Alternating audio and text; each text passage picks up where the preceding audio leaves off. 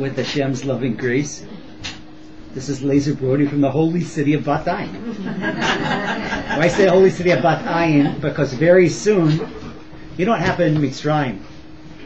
Paro decided that he gave Goshen to Am Yisrael and said, well, the Goshen can't have Am Yisrael. And what happened is what happened with the frogs.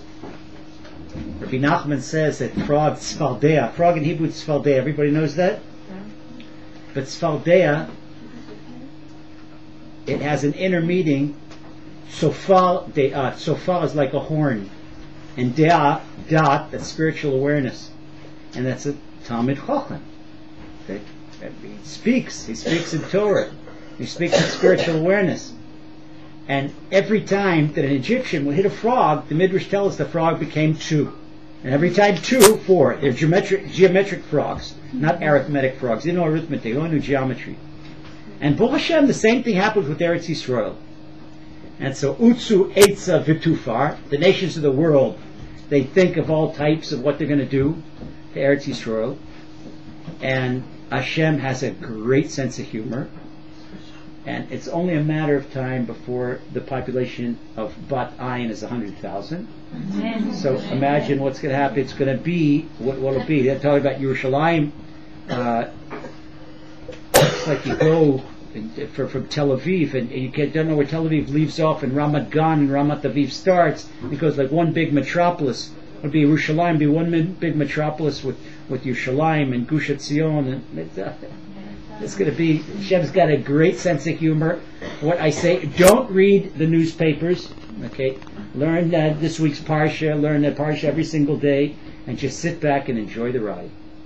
Because those of us with emuna in Eretz Yisrael, nothing to worry about. Sign a paper. Those of us without emuna, got plenty to worry about. How to pay the psychiatrist, how to pay for the Zoloft, how to pay. Those of us without emuna outside of Eretz Yisrael, wow. My beloved rabbi and spiritual guide, and Bat Ayin at home. Bat Ayin is a home game. Bat Ayin, we could like say Yiddish Hamish, could say things at home. That Rav Shalom has already said that if anyone doesn't make it within a year to Eretz Yisrael, then by next year they'll be lucky to come with their pajamas and a toothbrush and a saki plastic. Okay, and Rav Shalom is only sweetness. He's not like there's some Rabbeim that are, they tell right out of Prophet Daniel and right out of Zechariah, and they say it like it is. People call them doomsday prophets, but they just say, for example, the Mekubalim, the Sephardi Mekubalim, they don't mess around. They say this is what the Navi says and this is what's going to be. But Rav Shalom, our derech, the derech emuna, that by way of emuna everything will be sweetened.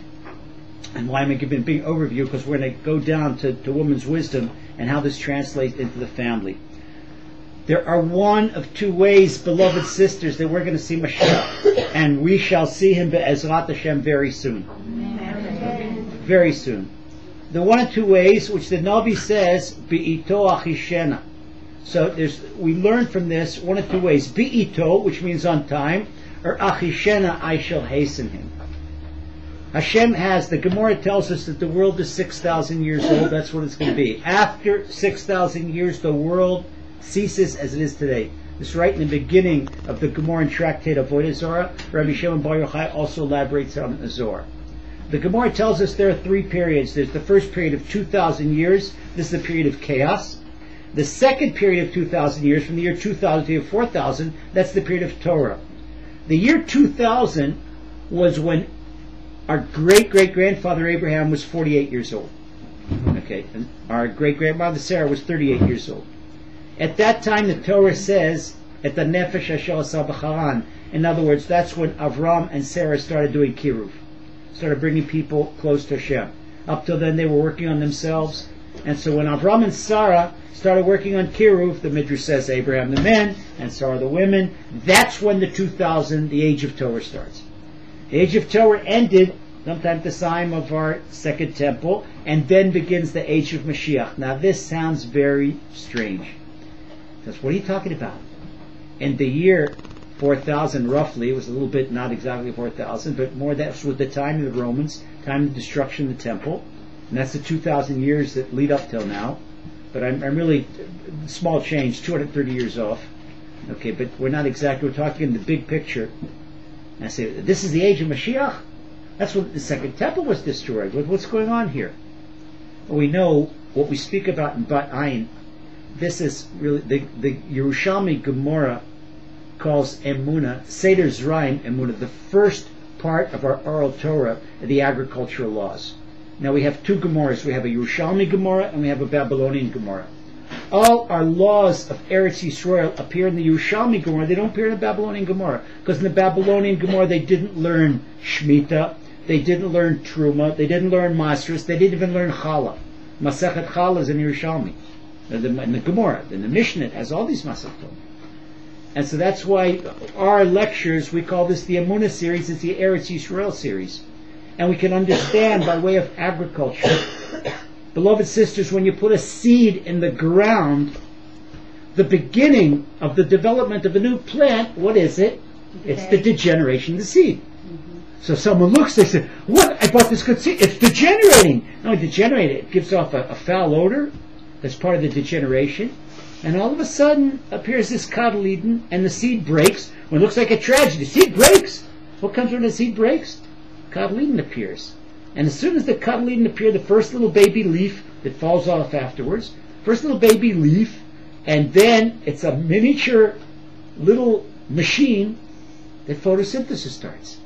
And the plant gets sunlight, and the plant starts producing its own sugars, and the plant gets water from the ground, and with more leaves, and this is the way it goes. So really the growth begins with decay. The period of Mashiach, this is the same exactly all we have to do, and that's what we understand how the Yerushalmi Gemara says that Seder Zraim there, emuna, that we learn emuna by looking at a seed. In other words, how can the Gemara and Ketubot say that anyone inside Eretz Yisrael, it's as if they have a God, anyone outside of Eretz Yisrael, they don't have a God? It's not my words, the Gemara. Tractate Ketubot, page 110 and 111. Not only that, it says that people, they're going through the motions of emuna outside the land of Israel. Our beloved brothers and sisters in the diaspora, they don't like to hear it. But you have to know one thing. Everyone in this room, and that's why this is great. I say this home game. Bat Ayin is being at home. We can tell it like it is. Because the women of Gush Etzion and Hebron that come to the shiur are already ideological. They made Eliyah. They believe in Hashem. They believe in Eretz Yisrael. They believe in Torah. It's a job easier. What we're doing, we have a fine, perfect stainless steel shechita knife, and we're just taking little nicks. We're perfecting what's called the chalaf, the shechita knife. In Chutzlar, it's like they have an iron axe that's been chopping rocks. And they teach emuna, got to first file down the axe. It's much more difficult, much easier. For me to give a shiur in Bat Ayin and to give the same exact shiur anywhere else, I don't have to mention it. It's a completely different game. I mean, here it's like, it's like so good olive oil, drinking olive oil in the throat. It's soothing here because everybody. Believe when you speak to a believer, and we get it's not we get stronger together. It's a pleasure. But when you have to convince people, I'm talking about Orthodox, quote Orthodox Jews, convince them that there's Ribono Shel Olam, because they haven't yet learned the first principle of emuna. What we live here in Eretz Yisrael, the 13 principles of emuna, nobody knows what Jews believe in. Now, Jews believe in why?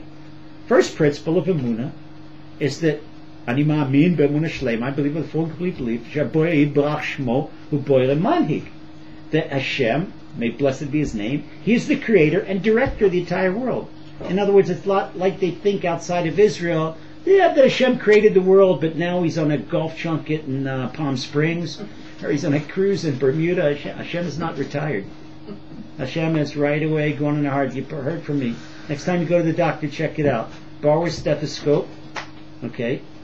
And the only thing I want you to go to doctors for is that he can tell you